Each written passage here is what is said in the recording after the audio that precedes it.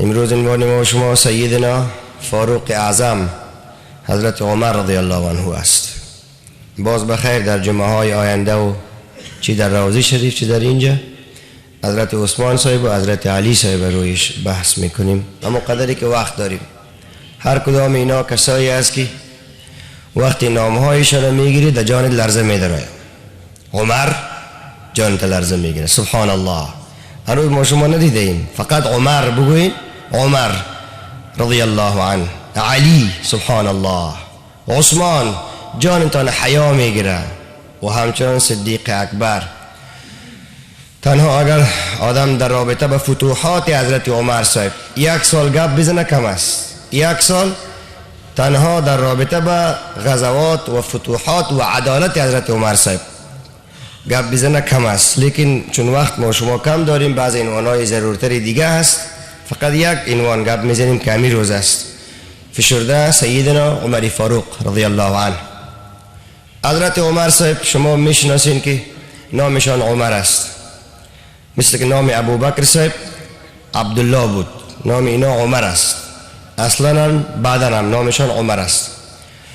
عمر ابن خطاب نام پدرشان خطاب است و به همین ترتیب حضرت عمر صاحب در مکه مکرمه تولد شدن و جوان شدن و کلان شدن. بسیار صاحب هیبت در زمان قبل از اسلام، بسیار صاحب قهر، بسیار پهلوان کلان. و بعد از او همان قهر مبارکش را در راه خدا مصرف کرد. یعنی قهرم که آدم در راه خدا مصرف میکرده خوب میشده، لیکن در راهی که میدید که راه خدا نیست قهرش فرو میخورد. بسیار عاجز خود نشان میداد، بسیار شکسته میبود، بسیار متواضع میبود که من حالا بر شما میگم انشاءالله. یک روز یک کافر توف انداخت بر حضرت عمر صاحب، هیچ چیزی نگفت. کافر گفت که حضرت عمر صاحب ما توف انداختم که شما مرا بکشین زودتر، شما چیزی برای من نگفتین؟ مثل که در حق حضرت علی صاحب هم یک قصه است. حضرت عمر صاحب گفت که نه علی، نفس قهر ما آمد، اگر تو رو میکشم علی به خاطر خدا نمیشه، قهر ما به خاطر خدای پاک است، نه به خاطر نفس خودم. کافر گفت که شهادت میتونم که خدا یکتاست و محمد پیغمبری برحقی است و تو امتی واقعی رسول الله علیه السلام هستی. حضرت عمر صاحب سابق که جوان بچه بود در کوچه مکه که راه میرفت مردم فرار میکرد از گیرش، بسیار کسی را میزد و کسی را لطکوب میکرد و کسی را زیر پای میکرد. بسیار هیبتناک بود حضرت عمر صاحب، قربان نامشان شویم.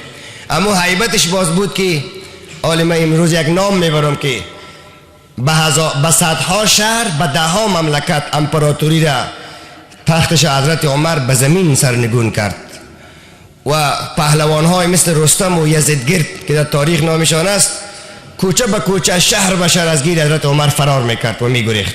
نامشان شنیده باشین، رستم پهلوان، یزدگردی پهلوان. اینا کسایی بود که دنیا را گرفته بودن، فارس گرفته بودن، ایران گرفته بودن، روم گرفته بودن، قصرهای به نام کسرا و فارس داشتن، ولی وقتی نام عمر را میشنیدند جانشان لرزه میگرفت و همه شهرها و ممالکشان حضرت عمر صاحب تسخیر کرد. کاش که وقت داشته باشیم گفتیم یک سال درباره تنها فتوحات حضرت عمر صاحب عرض کنیم. یک عده از برادران در ایران از حضرت عمر صاحب به خوبی یاد نمیبرند، علتش همین است که بسیار کشت حضرت عمر صاحب دشمنان وقت. او وقت کافر بودن دیگه، کشت مسلمان نبودن. گفتن مسلمان شویم، گفتن نمیشیم. ابوبکر سر ما حمله نکرد، محمد علیه السلام حمله نکرد، خب وقتش نرسیده بود که نکرد. تو بر سر ما حمله میکنی؟ لشکریانش قمانده کرد که کلشان خون بریزارن کافرها را که وقتی که اینا به اسلام ما سرپایان نمیکنن. از این خاطر آلرم بعضی برادرای ایرانی ما حضرت عمر صاحب خوب نمیبینند، بعضیشان با انصافشان خوب میبینن. آنهایی که عدالت دارن، انصاف دارن، اخلاق دارن و از لذت اسلام خبر دارن، از غیرت عمر میدارن، خیلی عاشق حضرت عمر صاحب در ایران هم بسیار مردم ها مسلمان ها است. ولی اویی که خبر نداره میگه چرا ایران را به زور گرفت؟ به زور گرفت و خوب کرد، برای شما اسلام آورد، برای شما ایمان آورد، برای شما جنت آورد، برای شما رضای خدا و پیغمبر علیه السلام آورد. آرزومند هستم که محبت حضرت عمر صاحب در قلب هر مسلمان بغلطه و بیرق حضرت عمر صاحب و اسلام عزیز در هر جای سر بلند باشه. جایی که نام حضرت عمر مسلمان میگرفت باز لشکرها میگفت که بگوین الله اکبر. شما میگوین الله اکبر.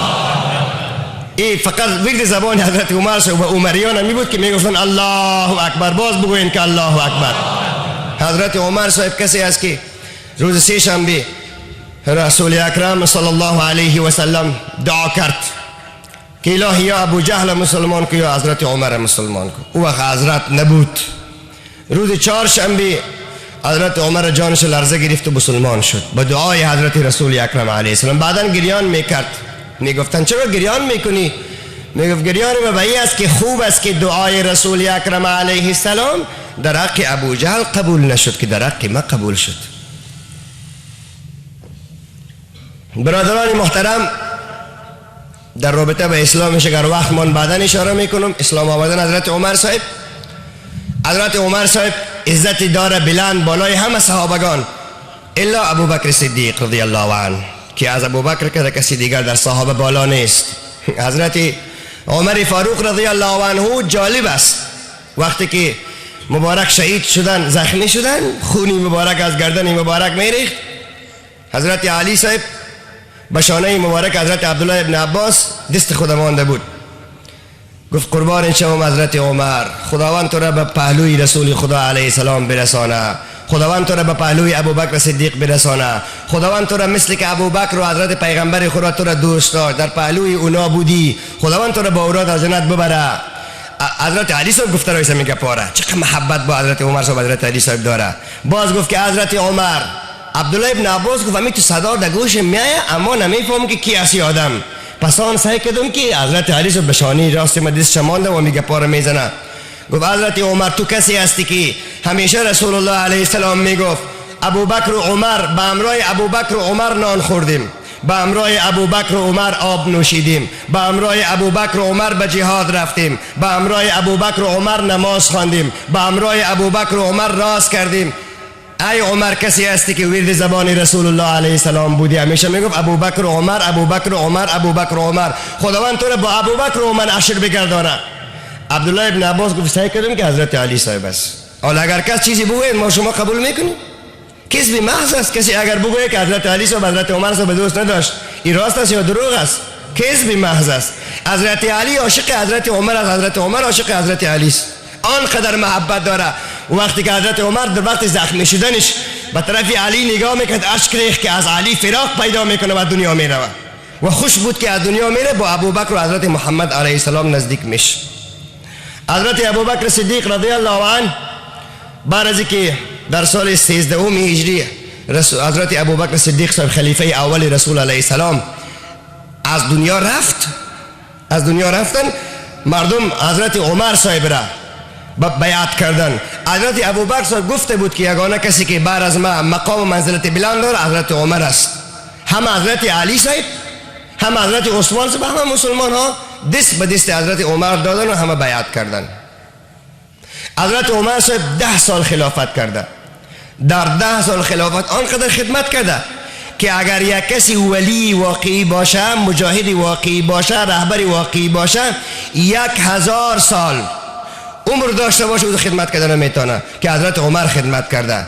یعنی به صدها شهرها حضرت عمر به تصرف کلمه لا اله الا الله محمد رسول الله آورد. در غزوه قادسیه به طرف عراق حمله میکنه. در غزوه قادسیه 2000 مسلمان شهید میشه تا که مملکت عراق امروزی را تصرف میکنه حضرت عمر فاروق رضی الله عنه. فلسطین مسلمان ها محاصره کرد. فلسطینی که امروز به تصرف یهود است، الله به تصرف مسلمان در آورد. الله عمر مشربها بیرون بگرداند. مردم فلسطین وقتی که محاصره میشه، ببخشید مردم بیت المقدس، فلسطین علیحده است، بیت المقدس اسرائیل علیحده است، وقتی که محاصره میشه یهودی ها گفتن، نصرانی ها و یهودی ها و کافرها که اگر عمر خودش بیایه ما صلح میکنیم، ما تصرف میتیم بیت المقدس برش میبخشیم، ما تسلیمش میشیم. مکتوب نوشته میشه به حضرت عمر که حضرت عمر سو بینا خیلی تو میگه. حضرت عمر گفت مشکل گپ نیست.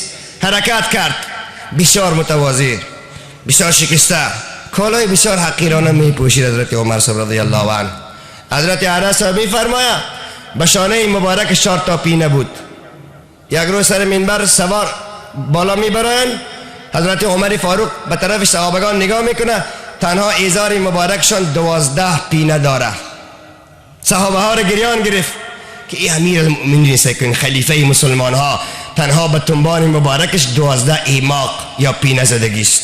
به این معنا نیست که ما هم پینه بزنیم، به این معنا نیست، اما شکستگی حضرت عمر فاروق قربان شوم، تواضع حضرت عمر فاروق که به دنیا ارج نمی گذارد. حضرت عمر فاروق حرکت کرد به طرف بیت المقدس. وقتی که دشمنان اسلام دید که حضرت عمر آمده، کلشان به دستش تسلیم شدند و بیت المقدس به گیر حضرت عمر و عمریان افتید. و ایران هم در وقت حضرت عمر فتح شده. جنگ نهاوند خونین ترین جنگ است، به نام فتح الفتوح است. تمام فارسی زبان ها و ایرانی های آن وقت، علیکم مسلمان هستیم علیکم الحمدلله ما شما، گفتن خوی چی کار است که ابوبکر بالای ما شما حمله نکرد، حضرت پیغمبر علیه السلام بالای ما شما حمله نکرد، این عمر آمده بالای ما شما حمله میکنه. 1,50,000 نیرو جمع کردن. چقدر نیرو جمع کردن؟ 1,50,000 نیرو. خط نوشته کردن که عمر متوجه باش، تنها 1,50,000 نیروی جنگی داریم. حضرت عمر گفت بگوین الله اکبر. صحابگایش همه گفتن الله اکبر، شما هم بگوین که الله اکبر. گفت شروع کنین. گفت قربان اول دعوت کنین. گفت برشان بگوین که بگوین لا اله الا الله. هرچی اینا زحمت کشیدن، اول خود دعوت است، زحمت کشیدن که بگوین لا اله الا الله، نگفتن. گفت بکشین دیگه، شروع کنین خانه هایشان. در آمدن مسلمان، کوچه کوچه و شهر شهر در فارس می در آمدن. کسی اگر کلمه میخوان کار نداشتن، اگر یگان کسی کلمه میخوان و او را کسی کار میگرفت، حضرت عمر گریان میکرد که برایتان نگفته بودم کلمه خانه گپ نزنین. قهر میشد، اینقدر خوشخوی و مهربان و دلسوز بود. این عزیز خداوند بالاخره ایران را تصرف میکنه. اینمی هرات امروزی افغانستان هم در زمان حضرت عمر تصرف شده است. هرات هم تسلیم نشد، به زور به جنگ یکی از امیران حضرت عمر رضی الله عنه داخل هیلات خراسان شد و هرات تصرف کرد. باقی افغانستان در زمان حضرت عثمان ان شاء الله با جمعه آینده براتون عرض میکنم. تنها هرات توسط امیر حضرت عمر صاحب فتح شده است. بعضی از شهرهای ترکیه در زمان حضرت عمر صاحب فتح شده است. یکی از صحابگان قماندانای بزرگ عمر صاحب عبدالرحمن مبارک، غیر از عبدالرحمن بن عوف یک عبدالرحمن دیگر بود. البدایه و النهایه از ابن کثیر دمشقی نقل میکنه که در زمان عمر فاروق بعضی از شهرهای روم و ترکیه امروزی فتح شده است. لیکن عبدالرحمن صاحب مردم ترک شهید ساخت. بعد از اینکه ترکیه در زمان یزید فرزند ابو سفیان تصرف شد و مسلمان شدن، با وقتی که باران نمیشد میگفتن الهی به حرمت قبر عبدالرحمن صحابه رسول اکرم علیه السلام باران ببار. یک دفعه باران شهر ترکیه را میگرفت. توسل میجوزن به بدن مبارک صحابه رسول الله صلی الله علیه و سلم. این البدایه جلد 3 نقل میکنه مفسر بزرگ ابن کثیر دمشقی صاحب. به همین ترتیب عزیزان محترم، سوئیس امروز یک مملکت است اگر نام شنیده باشین، در زمان عمر رضی الله عنه تسلیم شده است و فتح گردیده است. سوئیسی که 5 سال اعلان کرد که مناره های مسجد خراب کنین. سوئیس به طرف کمونیستان رفته است. خداوند رحم کنه بالای سوئیسیان و مسلمان هایی که در اوجه است، الله اونا را پیروز بگردانه. خداوند عمر مشتبه در سوئیس هم پیروز بگردانه. سوئیس به گیر حضرت عمر آمد، باز به گیر عمریان واقعی خداوند عنایت بفرماید. بعضی کشورهای دیگری که آل نامهایشان کمی تغییر یافته است، در زمان حضرت عمر فاروق رضی الله تعالی عنه تصرف شده است. بسیار مثلا عراق و کوفه و بصره و شام و مصر که یک کشور عربی از شما نامش شنیدین، در زمان حضرت عمر فاروق رضی الله عنه تصرف شده است. یک شهر دیگه در بین کردستان و در بین ایران، او هم در زمان عمر فاروق رضی الله عنه تصرف شده است. حضرت عمر صاحب همه وقت در جنگ نبودن، امیران و قماندانانشان می جنگیدن. حضرت علی صاحب در وقتی که حضرت عمر صاحب به بیت المقدس حمله کردن، حضرت علی صاحب بجاشان من ببین چقدر محبت در بینشان است. گفتن علی صاحب شما در مرکز مسلمان ها باشین، ما میریم که بخیر بیت المقدس فتح کنیم. بخیر یک روز ما و شما هم اول افغانستان را خلاص کنیم، باز بیت المقدس بخیر فتح کنیم. خداوند به مسلمان ها نیروی معنوی نصیب بگرداند. اصلا اسلام در عزت است، در غیرت است، در شجاعت است. الله شجاعت همه بزرگان را شامل حال ما و شما بیچارگان بگرداند که از ذلت مسلمان ها نجات و به عزت سر بلند شوند. خداوند ما و شما را عزیز و مسلمان های دنیا را عزیز بگرداند. حضرت عمر فاروق رضی الله عنه سر منبر در مدینه منوره شتگی بود. صدا زد که در وقت بین سخنرانیش یا ساریت الجبل ای ساریه کوره بگی، ای ساریه کوره بگی. حضرت علی صاحب ببینید چقدر روایت حضرت علی صاحب زیاد میکنن، قصدن مستند معتبر نقل میشه. حضرت علی صاحب گفت که حضرت عمر صاحب قربانتون شوم در سر منبر بودین، یک صدایی که در مسجد ارتباط نداشت با ما کسانی که بدن روی شما بودیم ارتباط نداشت، صدا دارین ای ساریه کوره بگیر، ای ساریه کوره بگیر. چه گپ بود؟ حضرت عمر رضی الله عنه فرمود اینطور بود سلطان اولیاء حضرت علی صاحب که یک قماندان ما در جنگ در بین کردستان و ایران گیر مانده بود در یک چقوری. خداوند دیوارها را از بین مدینه و کردستان دور کرد. دیدم که قماندان من در زیر چقوری بند ماندگیست. گفتم ای قماندان سر کور بگی شکست میخوری. از همینجا از مدینه میبینه کردستان میبینه حضرت عمر فاروق رضی الله عنه. این از حق بودن کرامت اولیاء الله کرام. کرامت اولیاء الله تا روز حشر باقی است. امروز مرفع و اولیاء الله است که اونو ابو بکر مشرف و عمر مشرف و عثمان مشرف و علی مشرف است. چشمان باطنشان باز است، بعضی با خداوند جاهای دور برونشان میته. حضرت علی گفت خوی تو بوده که شما سر حاضرین ای ساریه جبل. بالاخره ساریه یک روز آمد. صحابه ها حالی پرسان کردن که امی گپ چطور است. حضرت عمر صاحب دعوا کرده بودن که ما گفتم در کردستان صدای ما در اوج شنید. حضرت عمر ساریه را پرسان کردن که ای ساریه تو که امیر مسلمان ها از طرف عمر در نزدیک کردستان بودی چی گپ بود اوجا؟ گفت دیگه شخو نمیفهمدم، قریب ما شکست خورده بودیم. حیران و پریشان بودم که آل خود شهید میشم، مسلمان ها خود زیر پای کافرها میشه. حیران بودم که چطور کنم. یک آواز آمد، فکر کردم که آواز حضرت عمر است. در گوشم ایتو فکر کردم که البته حضرت عمر از مدینه منوره تشریف آورده به کردستان و ایران. یک بار نگاه کردم که عمر نیست، آواز عمر است. برایم گفت که ساریه کو را بگیر. با لشکریان خود بالای کو برآمدم، کافرها را هم یکشون حرام رو کشتیم و شهر را تصرف کردیم از برکت صدای حضرت عمر رضی الله عنه. مثل که او شاعر میفرماید ای عمر کجایی تو؟ حالی ما هم میگم ای عمر تو کجا هستی؟ امروز کافران بالای مسلمان ها ظلم میکنه و مسلمان ها هم آرام نشستند. الله مسلمان های عرب و عجم را دست به دست هم بته، مشت به مشت هم بته، اتفاق نصیب بگردانه تا محبت صحابه و خاندان رسول الله اسلام فراموش نکرده، غیرت عمری و حسینی و علوی و عثمانی و محمدی و ابو بکری را فراموش نکنن. حضرت عمر صاحب زیر احساسات نبیم که بعض وقایع تاریخی رو میخوام بگویم.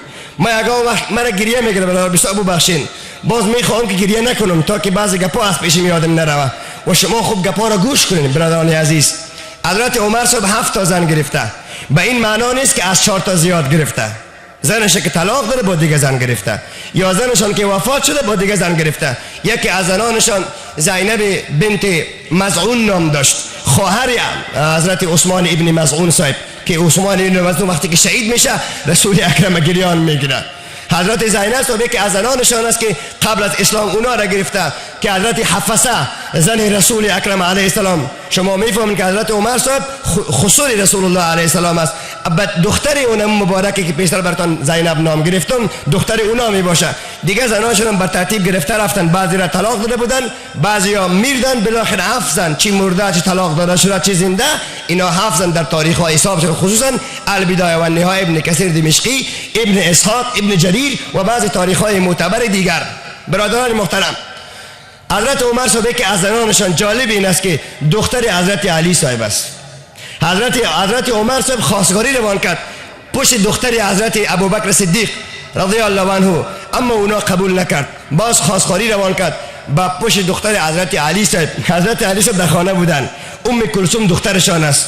کسی روان کرد گفت حضرت علی صاحب حضرت عمر صاحب دختر شما را خواستگاری روان کرده، شما میتین؟ گفت چطور نمیتین؟ به امیر المؤمنین خلیفه ابوبکر و خلیفه رسول الله علیه السلام، کسی که شیطان از گیرش فرار میکنه فرمانبردار محمد مصطفی علیه السلام است، چطور دختر ما بری از او نمیتون؟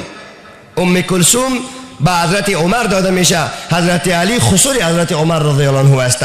تأسف به حال او برادر و خواهری که در حق حضرت عمر و علی چیزی بگوید، الله رحم کنه بالایشان، الله توفیق بده. همیشه ما عذر میکنیم، دعا میکنیم، به نرمی صحبت میکنیم تا سخن ما تاثیر بگذاره. چرا خداوند تبارک و تعالی در قرآن کریم به حضرت موسی و هارون میگه که حتی به فرعون شما گپ سخت نزنین، گپ نرم بزنید و قولا له قولا لینا. شما گپ نرم بزنید. پس ما به جهان مسلمان هایی که اگر از محبت صحابه دور میرن، از محبت خاندان پیغمبر علیه السلام دور میرن، از محبت امام اعظم و امام شافعی دور میرن، یعنی برادران سلفی را خطاب میکنم، و حتی بعض فرقا در جهان پیدا میشه، از بعض شبکه ها پخش میشه که اهل بیت رسول خدا را دم میزنن. نعوذ بالله بگوین، نعوذ بالله. بعضی صحابه را چیزی میگه، بعضی اهل بیت چیزی میگه، بعضی تابعین چیزی میگه، بعضی مجتهدین چیزی میگه، بعضی اولیاء الله مانند مولانای روم چیزی میگه. اینا همه بدبختانی است که من دعا میکنم الهی نیکبختانشان بگردان. برادرای محترم ما را الله نیکبختا بگردان. همشیره هایی که اگر این زبان بد داشته باشند الهی رحم کن و شما با آواز بلند بگوین که آمین یا رب العالمین. حضرت ابو عمر فاروق رضی الله عنه به خانه مبارکشان بودن. یک شب از شبها برآمدن در یک دشت که یک آواز گریه میآید، آواز زار گریه کردن یک زن حامله دار میآید. مبارک نزدیک خیمه شدن که یک زن بسیار گریان میکنه، یک شوهر ریشسفید داره به بیرون خانه است، امی تو درد میخوره و فغان میکنه. حضرت عمر نزدیک شد، پرسان کرد که اینجا چی گپ است برادر کاکا جان؟ گفت که یک آدمی غریب هستم، پول قابله و خادم بردن ندارم، زنم وضع حمل میکنه، هیچ چیزی برای خوردن ندارم که یگان چیزی برش بیتم آسانتر خداوند رحم کنه وضع حمل بکنه. خب گفت اگر ما برات کمک کنیم قبول میکنیم. گفت خداوند بالای شما رحم کنه. امی خلیفه مسلمان ها حضرت عمر هم ببینید که بالای ما رحم نمیکنه، از ما خبر نیست، خبر نداره که این کی است. حضرت عمر فاروق رضی الله عنه است. حضرت عمر خانه میره، دختر حضرت علی صاحب زنش است ام کلثوم، میگه که ام کلثوم جان خداوند ما و شما را همین زبان شیرین نصیب کنه که در خانه با زنان خود همین قسم صحبت کنیم. الله مرا توفیق بده، شما را توفیق بده، و زنان ما را مثل ام کلثوم که احترام حضرت عمر داشت زنان ما را توفیق بده که احترام شوهرانشان بکنن. ام کلثوم گفت کجا میرین؟ گفت یک زن میزاید. ای ام کلثوم خادمی از او را میکنی، خدمتش میکنی؟ گفت ای عمر شوهر عزیزم، ای امیر المؤمنین وقتی که شما امر کنین ما شوهر خود اطاعت نکرده نمیتوانم، میرم به همراه شما. کمی آرد روغن نمیگیرن، پشت خیمه حاضر میشن که اون نزدیک زاییدن از اون همشیره عزیز. الله به حال او همشیره هایی که حامله دار است رحم کنه. الله به حال او همشیره هایی که اولاد نمیآورند رحم کنه حامله دار شوند. الله به حال او غریبایی که پول فیس دکتر و قابله ندارن الله رحم کنه، و الله رحم را در دل بایها بیاندازه که رحم بالای فقیرا کنن و اینا عمر مشرب شوند. بالاخره حضرت عمر خودشان دیک میکنه، زنشان داخل خانه دختر حضرت علی صاحب روان کرده. یک وقت صدا از زیر خیمه صدا برآمد که امیر المؤمنین عمر فاروق زنشان. الحمدلله به خانهشان یک بچه تولد شد. یک بار او زنکه از زیر خیمه گفت که شما زن حضرت عمر هستین؟ گفت بله. گفت کسی که آرد پشکده آورده حضرت عمر است؟ گفت که بله. گفت شما خما را گناهگار ساختین؟ گفت نه گناهگار نمیشین. حضرت عمر شوهرم خیلی عادل است. جالب این است که دختر حضرت علی صاحب میگه چقدر محبت در بین حضرت علی صاحب و حضرت عمر صاحب است و چقدر جفا میکنه بعضی برادرها. الله بالاش رحم کنه. و من از بعضی دانشمندانی که از او برادرای ما هستند خیلی تشکری میکنم که در اینترنت و در بعض سایه ها پخش کردن که صحابه را دو نزنن. من از اونها تشکری میکنم، اونا خیری ببینن، اونا اخلاق بیشترشون خداوند بیشتر بگردانه که مردم خود را فهماندن که صحابه و خاندان کسی دشنام دادن نمیتونه. بالاخره ایلی سفید کاکا گفت که شما حضرت عمر فاروق هستین؟ گفت سرایتان نکشین، خیر است، من یک بنده خاکی خدای پاک هستم، امت رسول اکرم علیه السلام، خادم مسلمان ها. حضرت عمر فاروق برادرای محترم شبها میخیست. حضرت انس میفرماید از نماز خفتن که نماز میخوان تا نماز بامداده. چقدر نماز خوان. حضرت عمر فاروق رضی الله عنه وقتی که مبارک با شمشیر زدن و زخمی کردن خون مبارک چک چک میریخت. اولین شهید محراب حضرت عمر فاروق است. اولین شهید محراب کیست؟ حضرت عمر فاروق است. دومین شهید محراب حضرت سلطان ولایت حضرت علی رضی الله عنه می باشه. خداوند روی اردویشان از ما و شما خوشنود بگردانه. حضرت عمر فاروق رضی الله تعالی عنه وقتی که شهید میشه زخمی میشه بار بار ضعف میکردن و بیدار میشدن، یعنی یخزد برشان پیش میشد. باز میگو وقت نماز نشده، در حالی که جان میکنه خون از بدنشان میریزه. امروز شما اینا میاره 12 و 15 است، برن 12 و نیم میشه و 15 کم یک میشه. شما یگان نفر از این مسجد براین، به هزارها نفر در این شهر به نماز خداوند غیرت عمر که در وقت زخمی شدنش میگه خدایا وقت نماز نشده، نماز از پیشم رفت، به او بی نمازا الله غیرت عمر نصیب بگردانه.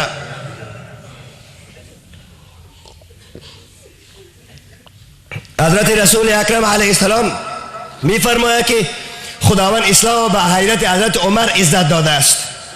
حضرت عمر فاروق رضی الله تعالی عنه مبارک از وقتی که مسلمان میشه اسلام به اوج رفت تا این روز اسلام به اوج است. در یگان جایی که اسلام یک کمی ذلیل معلوم میشه، اسلام ذلیل نیست، مسلمان ذلیل شده، الله دوباره مسلمان ذلیل قوی بگردانه، الله بیرق اسلام در سطح عالم پخش بگردانه و او روز به وعده رسول خدا علیه السلام یک روز آمده نیست. ولی ما دعا میکنیم که الهی کاش که ما زنده باشم، کاش که شما زنده باشین، روز رو ببینیم که امریکا و انگلیس و فرانسه و جرمنی و شوروی و فلان کشورهای شرق و غرب به دست کلمه لا اله الا الله محمد رسول الله باشه. ان شاء الله او روز آمده نیست. در وقتی که در غزوه هایی که لشکریان حضرت عمر میرسید، اینا که الله اکبر میگفت زمین میلرزید. یک پادشاه در روم از قصر خود بیرون شد، زمین میلرزه. گفت زمین چرا میلرزه؟ گفت حضرت عمر وقتی که لشکریانش الله اکبر بگوی زمین میلرزه. یک بار شما بگوین که الله اکبر، زمین نلرزید. اما وقتی صحابه کرام میگفت الله اکبر زمین میلرزید. ولی در آخر زمان همونطور میشه ان شاء الله، تقوا بلند میره، غیرت بلند میره، حلال خوری زیاد میشه ان شاء الله. در آخری که امام مهدی آخر زمان پایان میشه که بعض برادران میگن از ما است، نه از اونا است و نه از ما است. امام مهدی آخر زمان مربوط یک ملت و یک مذهب و یک مردم نیست. امام مهدی آخر زمان امت خاص رسول کریم علیه السلام است، به همه مسلمانان متعلق می باشد. حضرت عمر فاروق رضی الله عنه به کوچه برآمد، اون مسلمان نیست، به کوچه برآمد، به کوچه مکه مکرمه، شمشیر خوب تیز کردم تو بالا میکرد، پایان میکرد. یک تن از صحابگان رسول اکرم علیه الصلاة و تسلیم بعد روی حضرت عمر فاروق آمد، گفت چی میکنین؟ گفت امروز با این شمشیر گردن محمد را میبرم صلی الله علیه و سلم. خدا کسی را که توفیق میده. امروز هم کسایی است که تشنه است به خون علما، تشنه است به خون عرفا، تشنه است به خون شما و مسلمانان دیندار. اما اگر خدا بخواد کلش دوستای ما و شما میشه، کلش دوستای اسلام میشه. حضرت عمر تشنه به خون محمد علیه السلام است، بسیار تیز رفت. گفت این پیغمبر خدا که میگن همی کجا هست؟ گفتن به خانه ابن ارقم است. تیز رفت. صحابه گفت که کجا میری، چی میکنی؟ گفت گردنشو میبرم. گفت اگه تو اینقدر غیرت داری، خواهرت فاطمه نام داره، با خانش با شوهرش مسلمان شده. اگر تو میگی که محمد بیدین شده، نعوذ بالله من ذلک، اول برو خواهر خود اسلام بگردان. حضرت عمر فاروق گفت خواهرم نخواد بیدین شده باشه. یعنی اون وقت کسی که مسلمان میشه مردم بیدین میگفت، مثل که امروز هم بعضی همونطور است. کسی کمی ملا و صوفی و قاری و دیندار و تبلیغی و مجاهد و همین تا آدمای خوب شد، باز مردم نامهای مبتذل او را نام میمانه، به خاطری که سنت عمر است، سنت ابوبکر، سنت محمد علیه السلام است که اونا مردم دیوانه میگفتن. رسول اکرم علیه السلام میگه تا که شما را مردم دیوانه نگویه مسلمان کامل نمیشین. که امروز ما شما مردم، بعضی مردمای نادان میگه بگوی خیر است. حضرت عمر فاروق گفت خواهرم هم بیدین شده در حالی که دیندار شده. رفت دروازه را تق تق زد. حضرت خباب به اونا سوره طه را تلاوت میکرد که ما در اول براتون خواندم، طه ما انزلنا علیک القرآن لتشقى.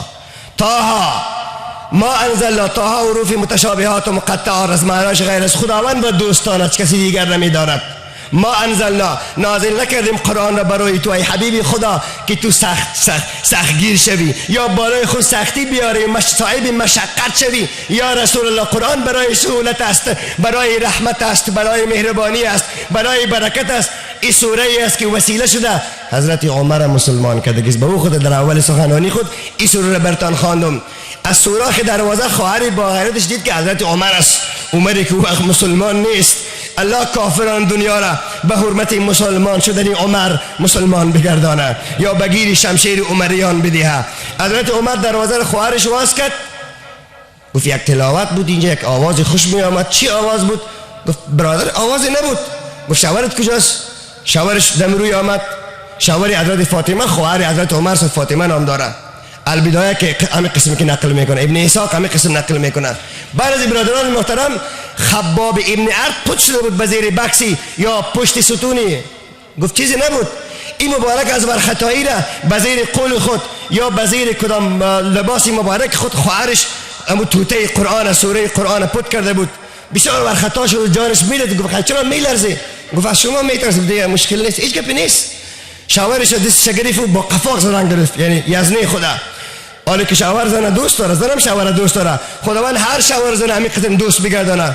یک بار برخطا گفت برادر عمر شوهر من نزن، بسیار دوست دارم شوهر خود را. خداوند در بین زنان و شوهران امروز هم دوستی حکم فرما بگردانه. اینقدر به ما تلفن میاد زن خود طلاق دادیم. برادر چرا زن طلاق میتی؟ زن تو مسلمان است، کوشش که مسلمان محبت به همراهش کنی و او زنها را میگه ای خواهر چرا بد اخلاقی میکنه که شوهر تو طلاق میتی؟ این کارا نکن برادر عزیز. اگر تو میخوای به کافرها دشمنی کو، نه با شوهر و نه با زنت. حضرت عمر فاروق رضی الله تعالی عنه با لطو کوب کردن گرفت یزنی خدا، زنکه که خیس قرآن از زیر پاش غلطید، ببخشن از زیر قولش قرآن مبارک غلطید. گفت خو همین سوره ای بود که تو گرفتی. گفت سوره را چی میکنی؟ چرا شوهر من قدر زدی؟ گفت تو را هم میزنم. چرا سیلی هم تو عمری بروی خواهرت که خواهر لب روی مبارک سرخ شد و خون از روی مبارک همشیره عزیز فاطمه ای که خواهر حضرت عمر است جاری میشه و به زمین شر از خون ریختن گرفت. یک بار حضرت عمر گریان گرفت.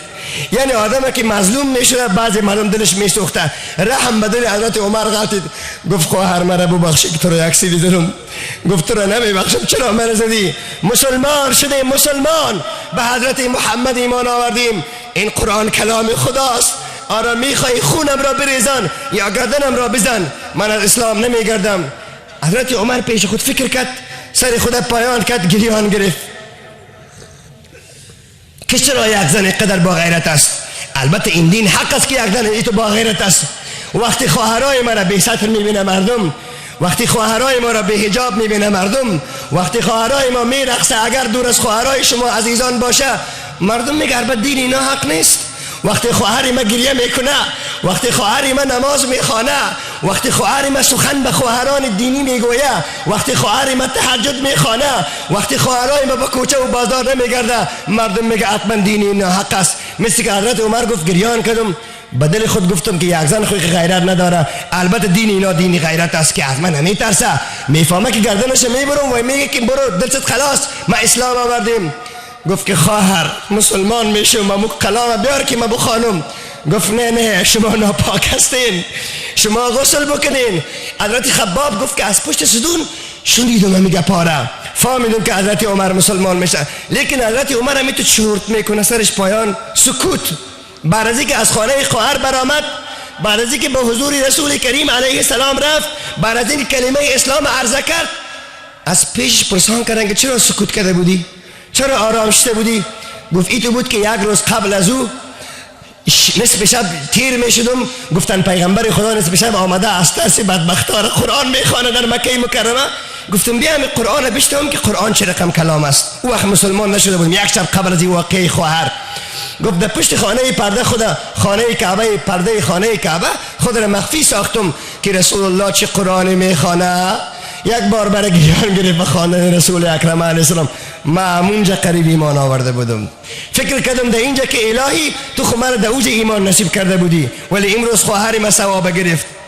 حضرت خباب ابن ارد آمد گفت ای عمر غسل کو، قرآن برای تلاوت کنم. باز قرآن تلاوت کن. یک بار حضرت عمر صاحب غسل میکنه، وضو میکنه، قرآن باز میکنه، تلاوت میکنه. یک بار گریه میگیره حضرت عمر صاحب.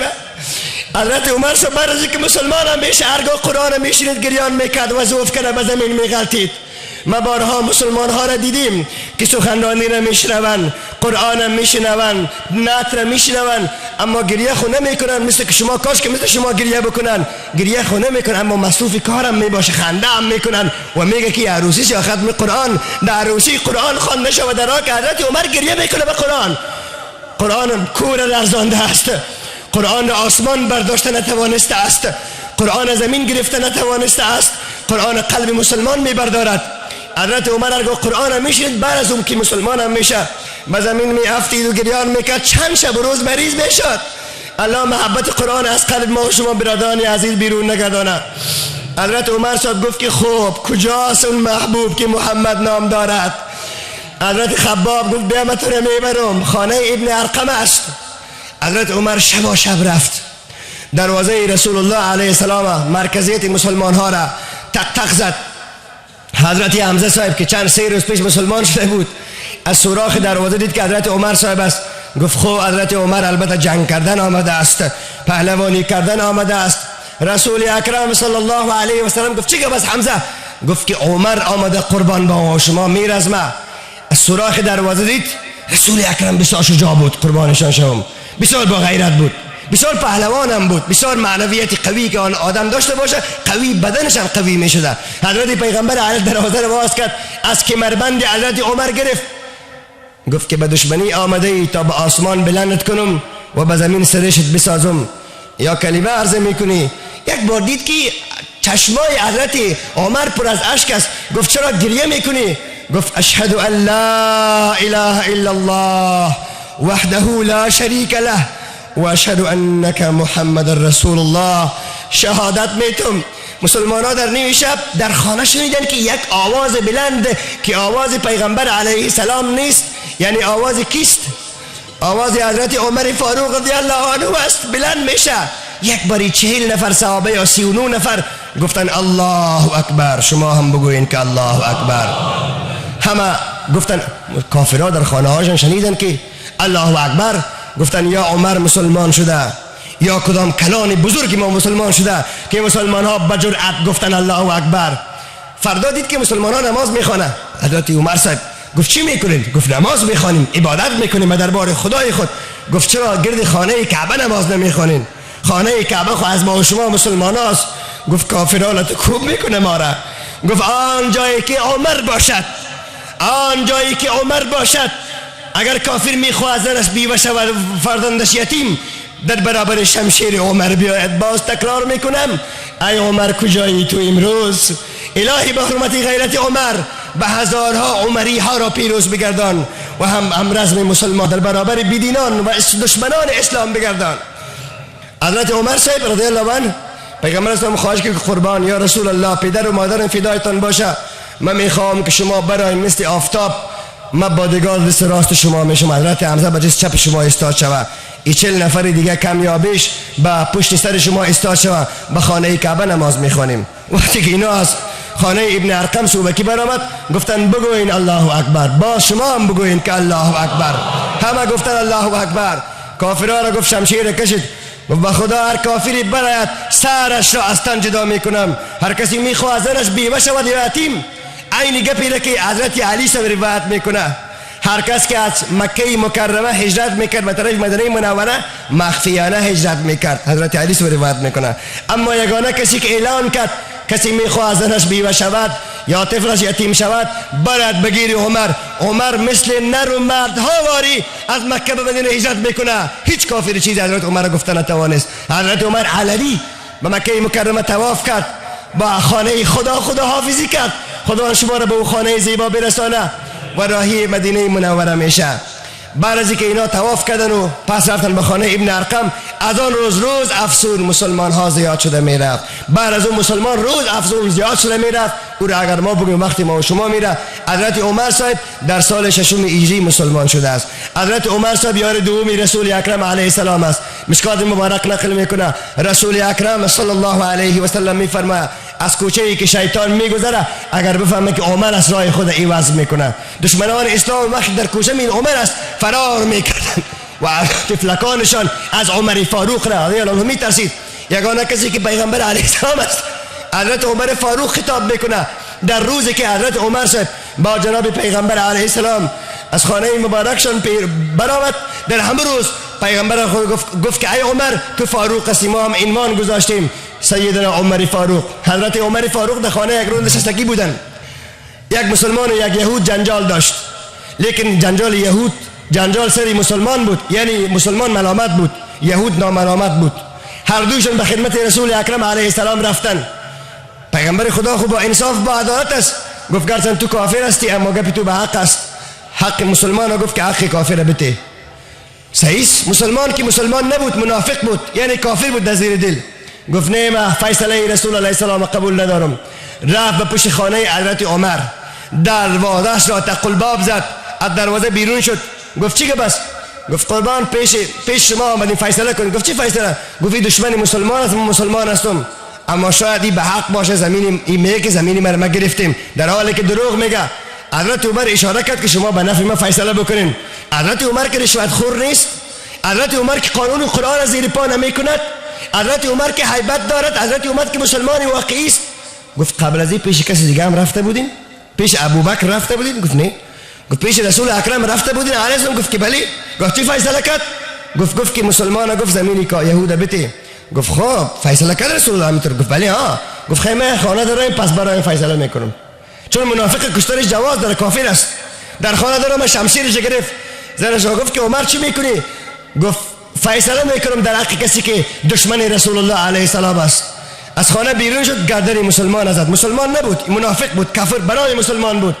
گفت این است فیصله در حق کسی که فیصله رسول الله را قبول نمیکنه علیه السلام. از این خاطر بعضی ها میگن نام عمر فاروق می باشه، و ای که حضرت عمر فاروق بسیار فتوحات کرده، از اون خاطر حضرت عمر فاروق میگن الله در روز محشر چشمان ما و شما را نشان بده که عمر فاروق کی است. البدایه نقل میکنه چشمان عمر فاروق کلان و سرخ بود. حضرت عمر فاروق روی پهن داشت، نورانی، گندمگون، ریش پهن، قد بلند، دست کلان و پای کلان، سر رسا، بسیار یک هیبت زیبا، متواضع، خوش اخلاق، صبور و بردبار. حضرت عمر فاروق رضی الله عنه وقتی که به بیت المقدس رفتن، به فتح بیت المقدس، باز ابو عبیده جراح به دم رویشان میره، دید که یک نفر می سرش هم لوچ است، کلاهش هم انداخته و لنگیش هم انداخته ملنگ مشرب، پای مبارک هم لوچ است، حتی اسب مبارک یا خر مبارک، الاغ مبارک رکاب ندارد. یک بار عبیده جراح را گریان گرفت، گفت این آدم اگر پایان شد دستاش ماچ میکنم. تفسیر ببخشید ابن کثیر دمشقی نقل میکنه، گفت عبیده جراح گفت اگر این آدم پایان شد دستاش قابل بوسه کردن به چشمای خود میمونم، به تواضع و شکستگی داره. حضرت عمر که پایان شد خود خم کرد، میخواست که پای عبیده جراح را ببوسد. عبیده جراح گفت قربان تواضع شما شوم، امیر المؤمنین شما هستین، پادشاه ما شما هستین، خلیفه ما شما هستین، شما میخواین اینقدر تواضع دارین پای من را ببوسین؟ باز هر دویشان بغل کشی کردن و گریان کردن. بیت المقدس فتح شد. حضرت عمر فاروق رضی الله عنه یکی از فرزندانشون عبدالرحمن سهوا شراب میخوره، حاکم وقت او را دیره میزنه، اما دیره سینه میزنه، چون میفهمه که بچه پادشاه است. میترسه حضرت عمر شد، در حالی که حضرت عمر فاروق بعداً که خبر میشه بچهش کسی دیره زده ولی دیره سینه زده، گفت الا فرزندی مرا بخواین و او امیری که امیر شام است او را برطرف کنین. چرا؟ به خاطر بچه امیر المؤمنین، به خاطر بچه خلیفه مسلمان ها، به خاطر روی ما را دیده است و فرزند ما را حد شراب را جاری نکرده است. الله برادران شرابی ما و شما را توفیق بدهد، در غیر آن حکومت اسلامی واقعی نصیب بگرداند تا شرابیان را دیره بزنه که مردم خود اصلاح کنه. اما شما دیدین دیره زدن؟ دیدین؟ الله رحم کنه بالای مردم، الله غیرت عمری را پیروز بگردونه که بچه خود دیره میزنه. حضرت عمر صاحب بچه گریه کنان آمد در حالی که مریض است. آیا دل حضرت عمر به بچهش نمیسوزه؟ بگوین نمیسوزه؟ میسوزه. آیا حضرت عمر مهربانترین اشخاص بعد از ابوبکر نیست؟ حضرت عمر که بچهش خود دید گریان کرد، گفت ای بچه بسیار دوست دارم اما چرا شراب خوردی؟ قاضی را امر کرد که باید دیره بزنه. در زیر دیره بچه حضرت عمر جان میته. حضرت عمر از یک طرف گریه میکنه نسبت اخلاق خوشی که داره، نسبت مهربانی که داره، از یک طرف میگه الهی قانون محمد تو را تطبیق کردم. حضرت عمر فاروق رضی الله عنه شبها بست قبلا عرض کردم برای شما عزیزان، شبها خوابش نمیبرد، میگفت که الهی این شب که من خواب میکنم آیا رعیت مریض من خواب کرده است؟ امشب که من خواب میکنم یتیم بی پدر دارد؟ امشب که من خواب میکنم بی وزن شوهر دارد؟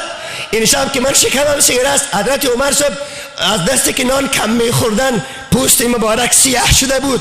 گفتن قربان چرا نان نمیخورین؟ گفتن در این شهر بعضی غریبا است نان پیدا نمیکنه، در روز محشر جواب خدا را داده میتوانم. کجاست این امیران امروز؟ کجاست این دولتمردان امروز که آواز ما بیچاره ها را بشنوه؟ و ما دعا میکنیم که الهی امیران ما را هم امیران عمر مشرب بگردان که شبها خوابش نمیبرد و مهربان میباشد، بارها از بغل زن مبارکش میخیزد. زنش پرسان میکنه که حضرت عمر کجا میرین؟ گفت ببینم یگان خانه بیوزنه خبر بگیریم نصف شب. آل همه برادران تاجر و قماندان و امیران و وزیران و رئیس جمهوران در دنیا و در اینجا افغانستان خواهش میکنم که ای برادری عزیزم یک بار شب برای، یک بار روز برای، اگر شب نمی برای حالت یتیم بیوزن غریب بیچاره شفاخانه ها و بندی خانه ها را ببین که چه حال دارد. من اون روز به یک بندی خانه گفتم بیا یک ثواب داره، سنت رسول اکرم علیه السلام است. دیدم که مثل گوسفند بندی های حق و ناحق خواب هستند.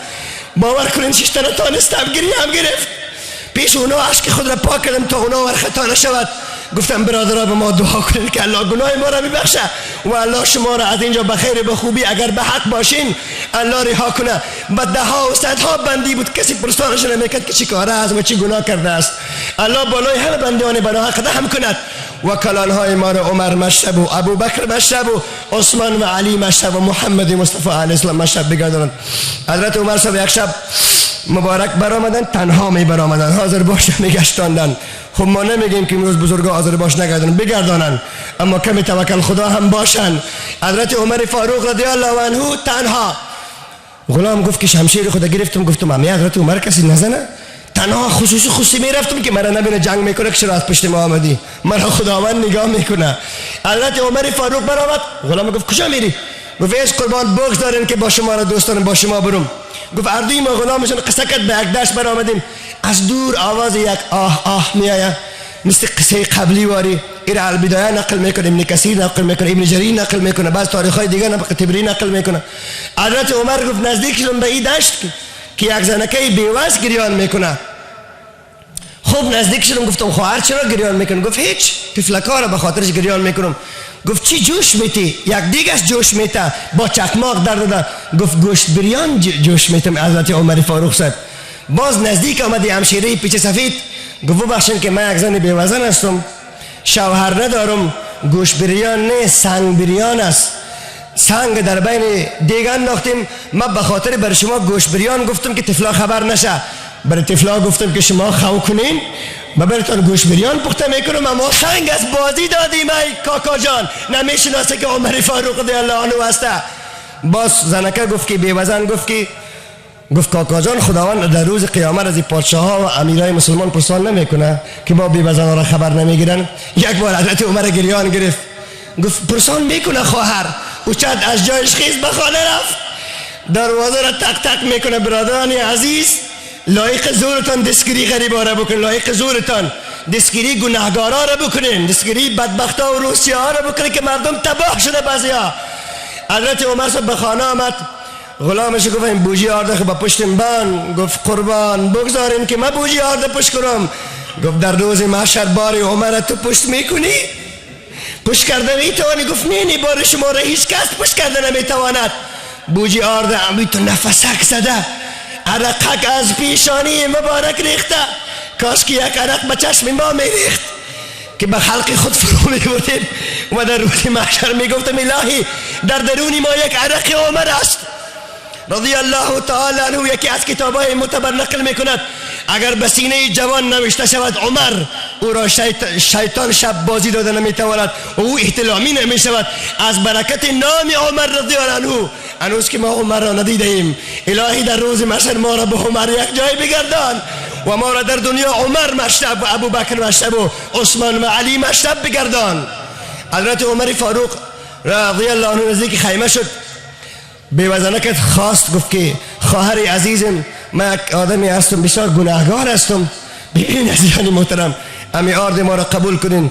یک دیگ ندارم؟ گفت دارم. دفتن دیگ ماند و آرد انداخت. خودش دیگ میکنه حضرت عمر فاروق رضی الله عنه، مثل که خودش کالای مبارکش پینه میزد، مثل که قبلا براتون عرض کردم روی منبر میشست کالای مبارکش پینه بود. حضرت عمر فاروق رضی الله عنه در یک از فتوحات خود داخل یک مملکتی بزرگ رفت، اغلبا بیت المقدس شریف است. حضرت عمر صاحب کالای مبارک چرک شده بود، تنها یک کالا داشت. گفت که ای مسلمان ها یگان کالای کونه نداری که بریم امانت بتین؟ همین کالای بعض مسلمان ها امروز مولای صاحب یک سوال داریم، بگو بیادریم ما 1-4 هزار معاش دارم از این دفترها سود بگیریم اجازه است؟ نه برادر اجازه نیست. مولای صاحب مجبور است. ما برادر حضرت عمر یک تا کالای کنه داره اما دین ریحانه میکنه. تو 3-4 هزار افغانی داری، نان خوردن داری، نکو بالای خودت. یک درهم سود برابر 33 زنا گناه دارد.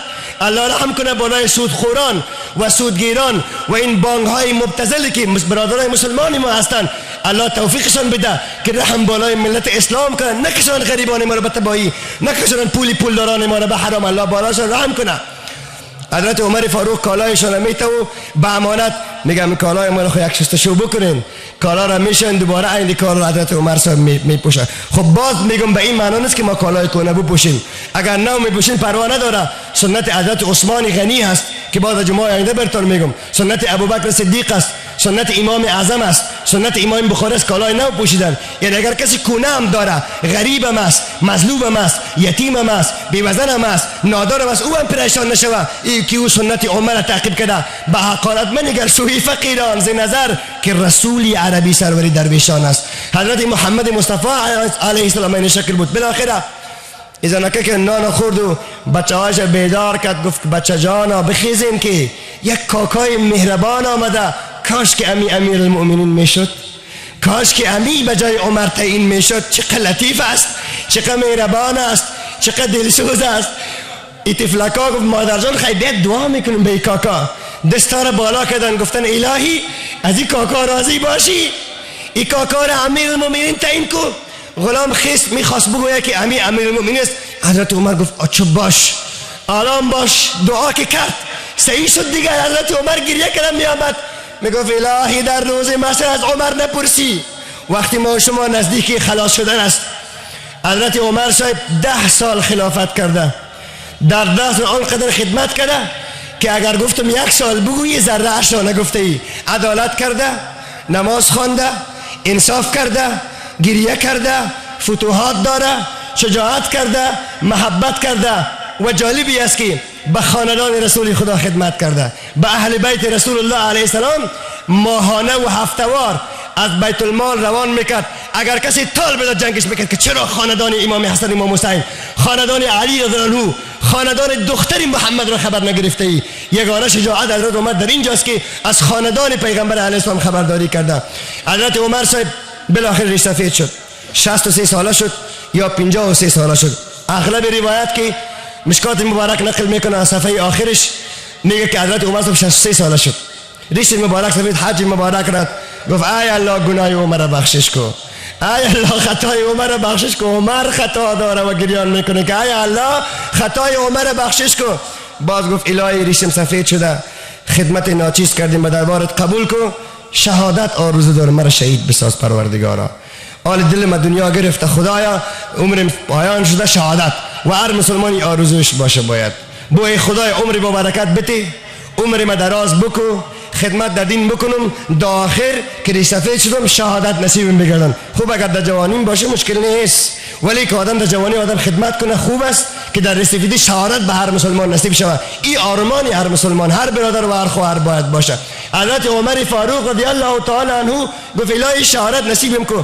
بالاخره چون در ایران زیاد قتل و قتال کرده بود، از اونجا یک غلام روان کرده بودن به نام ابولولوی مجوسی. دو از برادرای محترم مسلمان های واقعی ایرانی ما باشه، اونا از ما خبرشون چون کسی تا در هر جای میره امروز اونا خبر میشن. امو ایرانی های امو وقت میگیم ابولولوی مجوسی غلام مغیره بن شعبه است. ای داخل شد به مسجد نبوی، حضرت عمر نماز بامدار میداد، 6 ضربه شمشیر به گردن مبارک حضرت عمر زد. حضرت عمر اولین شهید در محراب درم به زمین غلطید، گفت بگیرین همین نفره. بالاخره او خودش خودکشی کرد، انتحار کرد. انتحار خودکشی رو میگن. خودش همین بدبخت ابولولوی مجوسی خودکشی کرد، جا بجای مرد حرام شد.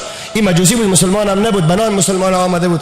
حضرت عمر فاروق را گفتن مرا به خانه برسانین. خون مبارک چک چک چک میریخت. باز گفت که حضرت علی صاحب یا حضرت عثمان صاحب یا حضرت طلحه صاحب یا حضرت عبدالرحمن صاحب یا حضرت سعد بن وقاص یا حضرت زبیر صاحب خلیفه تعیین بکنین، امیر المؤمنین تعیین بکنین. حضرت عمر صاحب 3 روز یا 4 روز یا 10 روز روی جای بود.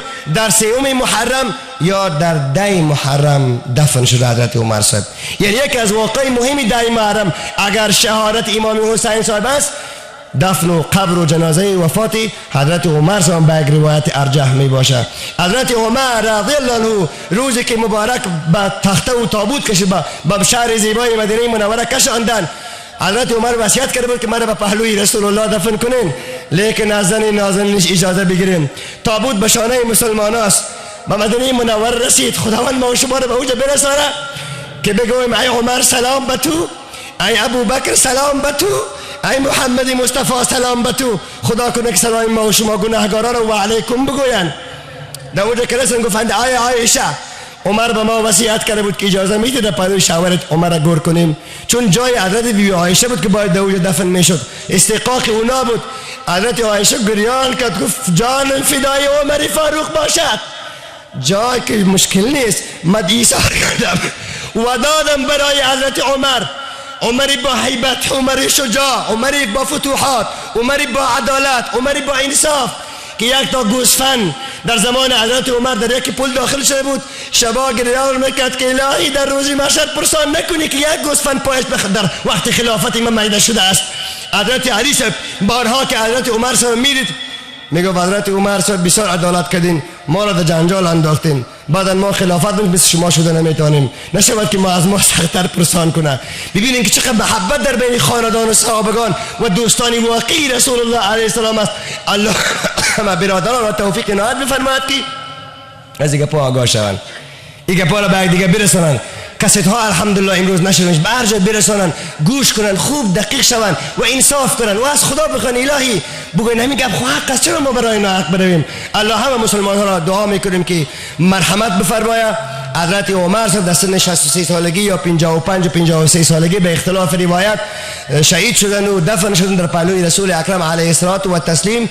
فکر کنین که من یک قطره گفتم از همه خوبی های حضرت عمر صاحب، مثل که دیروز یک بوی وری گفتم از خوبی های و سیرت حضرت ابوبکر صدیق صاحب. و ان شاء الله جمعه آینده شما بخیر اگر زحمت بکشین در روز تشریف ببرین که خیلی مهم است. گپا دیگر تا شام این هفته اگر زنده بودیم بخیر خداوند به ما شما عمر بده، دیگر تا شام روز پنجشنبه حضرت عثمان رضی الله عنه در اوج میگیم. باز ان شاء الله جمعه آینده حضرت علی سلطان ولایت معاو باز در اینجا دوباره برتان تشریح میکنیم. خداوند وقتی گرانبهای ما و شما را ضایع نسازه.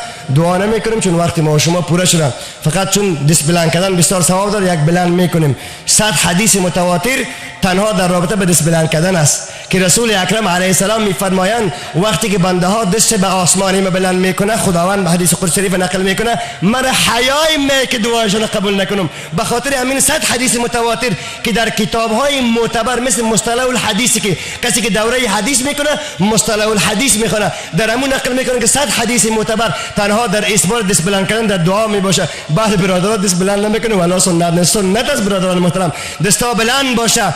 الهی به حرمت دستای بلند مسلمان ها بالای ما رحم کنی. ما را ابو بکر مشتبه و عمر مشتبه، عثمان مشتبه و علی مشتبه، حسین مشتبه و صحابه مشتبه، خاندان مشتبه رسول الله السلام بگردانی. در روز محشر ما را با ایشان حشر کنی. یا الله بلاها را دفع بگردان، خیرها را بریزان. مسلمان های شرق و غرب عالم را عاشق یکدیگرشان بگردان. کافران را مسلمان کو.